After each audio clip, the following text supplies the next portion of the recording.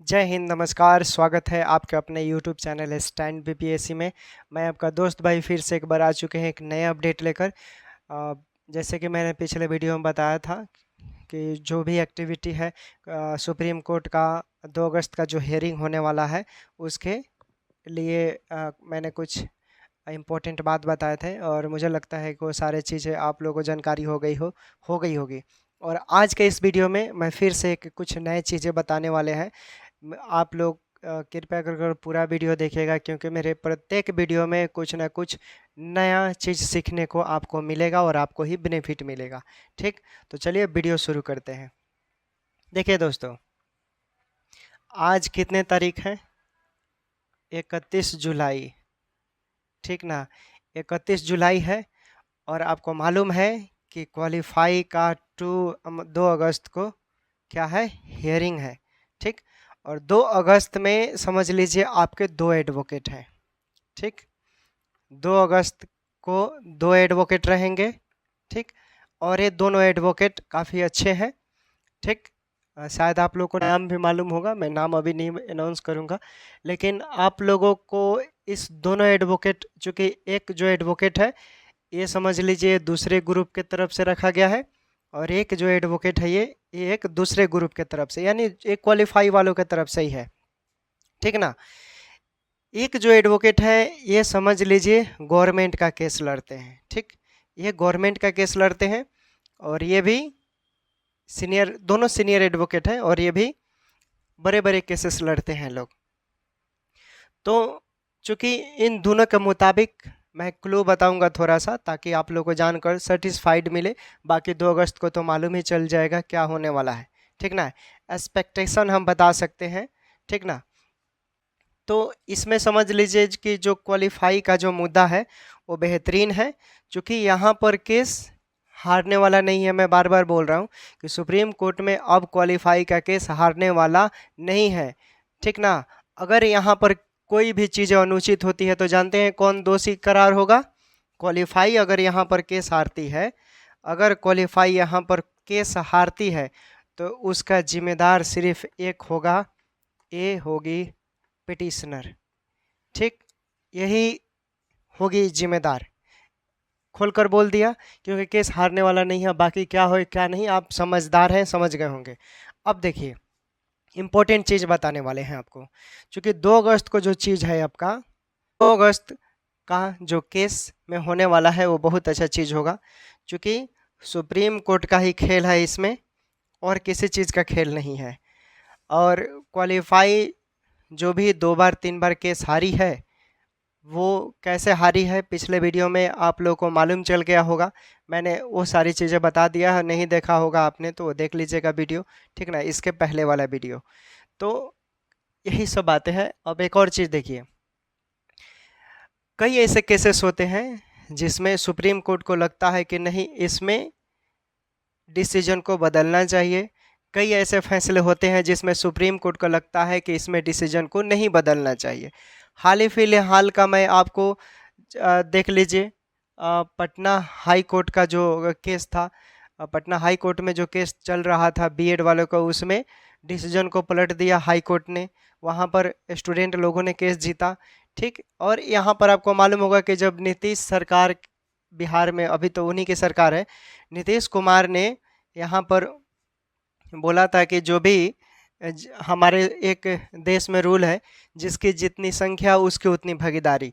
तो इसको लेकर नीतीश कुमार और तेजस्वी यादव ने, इन लोगों ने बोला कि जिसकी जितनी संख्या उसकी उतनी भागीदारी के लिए 65% आरक्षण इन लोगों ने दिया, विधानमंडल के तरफ से पारित किया। ठीक, तो पटना हाई कोर्ट में इसके विपक्ष वाले लोग गए तो उन लोगों ने देखा कि भाई ये जो अमेंडमेंट है, ठीक ना, यहाँ पर ये उल्लंघन कर रहा है, ऐसा एक्टिविटी पटना हाई कोर्ट के द्वारा किएगा।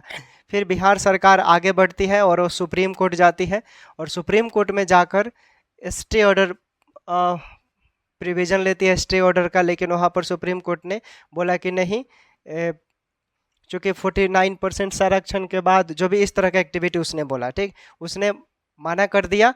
और देखिए, सुप्रीम कोर्ट में इसको लेकर जो हियरिंग होने वाला है वो 15 सितंबर के बाद होगा दोस्तों। ठीक ना। सितंबर में हियरिंग होगा।